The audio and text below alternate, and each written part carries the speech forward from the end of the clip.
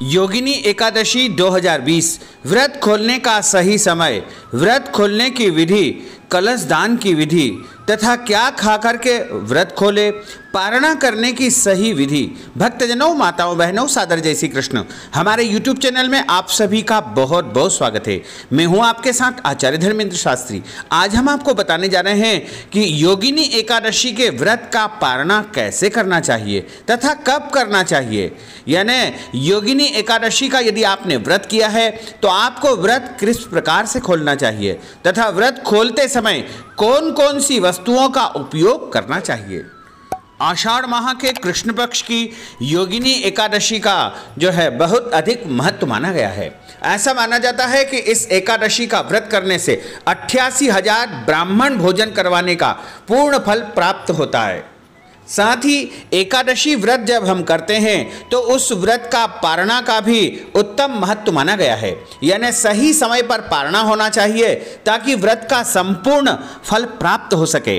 और पारणा हरिवासर समय में करना चाहिए। हरिवासर का अर्थ होता है कि जब एकादशी का हम व्रत करते हैं और अगले दिन यानी कल यानी 18 तारीख को जब हरिवासर होगा उसके पहले पहले आपको पारणा करना चाहिए। सूर्योदय से लेकर के द्वादशी तिथि समाप्त होने के समय को हरिवासर कहा जाता है। 18 जून को प्रातः 5:39 पर सूर्योदय होगा तथा द्वादशी तिथि जो कि सुबह 9:38 तक रहेगी। उसके पहले पहले आपको व्रत का पारणा करना चाहिए। व्रत का पारणा करने वाले दिन आपको सुबह जल्दी उठना है, सूर्योदय से पूर्व स्नान करना है। स्नान करने के बाद स्वच्छ और पवित्र वस्त्र धारण करना है।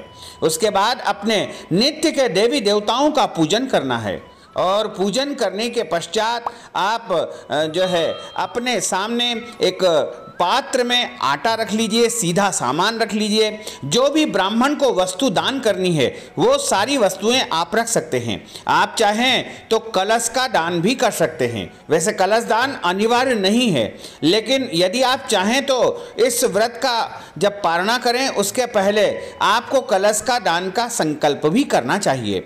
तो सारी वस्तुएं रख लीजिए, जैसे आटा, दाल, चावल, घी, गुड़, फल इत्यादि, जो भी आपकी श्रद्धा हो, जो शक्ति हो, जो सामर्थ्य हो।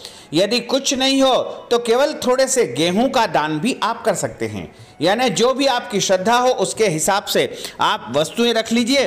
और उसके बाद पारणा करने के लिए आपको तुलसी पत्र रखना चाहिए तथा द्वादशी के दिन चावल का उपयोग अनिवार्य रूप से करना चाहिए, क्योंकि दशमी और एकादशी तिथि के दिन चावल का उपयोग नहीं किया जाता है।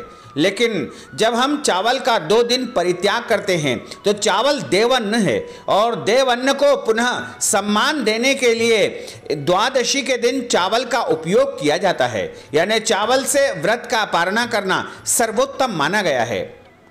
यदि आप चावल से व्रत का पारणा नहीं करते हैं और आपको अगले दिन गुरुवार या फिर प्रदोष का व्रत करना है तो आप तुलसी पत्र और जल से पारणा कर सकते हैं।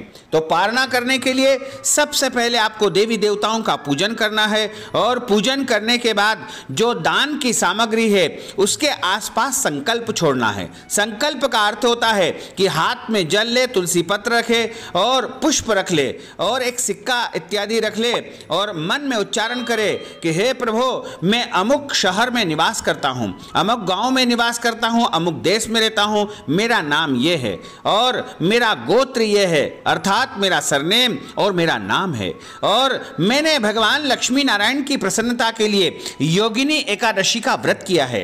इस व्रत करने में मेरे द्वारा जो भी भूल चूक हो गई हो उसे आप क्षमा कर दीजिएगा और मेरी समस्त मनोकामनाओं को पूर्ण कर दीजिएगा। मेरे जीवन के सारे कष्ट और संकट को आप समाप्त कर दीजिएगा। इस प्रकार आप संकल्प करके वह संकल्प वाला जल जो दान सामग्री है उनके आसपास घुमा करके भगवान के सामने अर्पण कर दीजिएगा। यदि संभव हो तो उसी समय आप ब्राह्मण को दान देवे, और नहीं दे सकते हैं तो वो सामग्री जो दान की आपने संकल्प की है वो निकाल करके अलग रख दीजिएगा।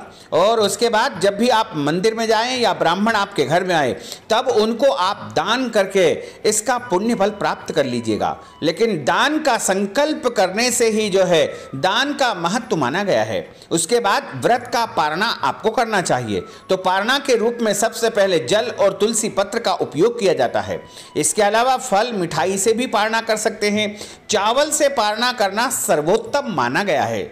इस बात का भ्रम और यदि संशय आपको है कि एकादशी व्रत में तो चावल का उपयोग नहीं करते हैं, फिर आप द्वादशी में चावल का उपयोग क्यों बता रहे हैं, चावल से पारणा करने का क्यों बोल रहे हैं, तो इस विषय में हम आपको पुनः बता दें कि चावल देव अन्न है और दशमी और एकादशी को चावल का परित्याग किया जाता है, यानी चावल का उपयोग बिल्कुल नहीं किया जाता है। व्रत करने वाला व्यक्ति चावल का उपयोग नहीं करता है। घर के अन्य सदस्य यदि करते हैं तो कोई दोष नहीं है, लेकिन व्रत करने वाले को चावल का उपयोग नहीं करना चाहिए। तथा द्वादशी के दिन चावल का सम्मान करते हुए, उनको पुनः प्रतिष्ठा करते हुए, यानी उनको पुनः महत्व देते हुए, देवअन्न को सम्मान करते हुए उनसे पारणा करना सर्वोत्तम माना गया है। इस प्रकार आप यदि इस विधि से पारणा करेंगे तो निश्चय ही भगवान की अद्भुत कृपा आपके ऊपर बरसने लगेगी। तो क्योंकि भगवान तो भाव के भूखे हैं, आप जिस भावना से, जिस श्रद्धा से और जिस प्रकार भी उनका व्रत का पारणा करेंगे वो उस व्रत को स्वीकार कर लेंगे।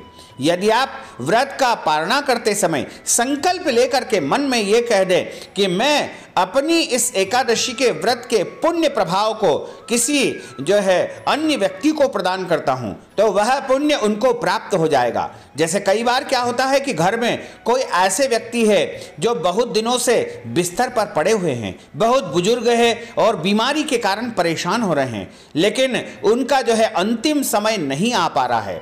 तो एकादशी व्रत का यदि उनको पुण्य फल जल के माध्यम से प्रदान किया जाए तो उनको पुण्य प्राप्त हो जाएगा तथा उनको मोक्ष की प्राप्ति हो सकेगी।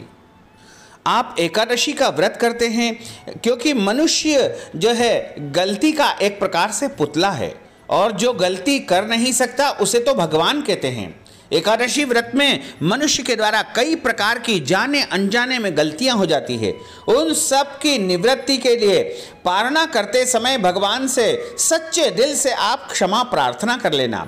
यदि आपसे कोई भी भूल हो गई हो तो आप यदि क्षमा प्रार्थना करेंगे तो निश्चय ही प्रभु आपको क्षमा कर देंगे तथा आपको एकादशी का संपूर्ण फल प्राप्त हो सकेगा।